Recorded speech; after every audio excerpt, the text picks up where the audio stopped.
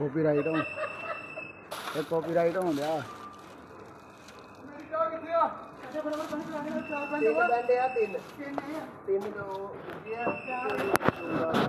8 band ਆ ਦੋ 8 ਘੁੰਮ ਜੋ ਬੂਆ ਪਾੜ ਕੇ ਪੈਣ ਦੇ ਦਿਓ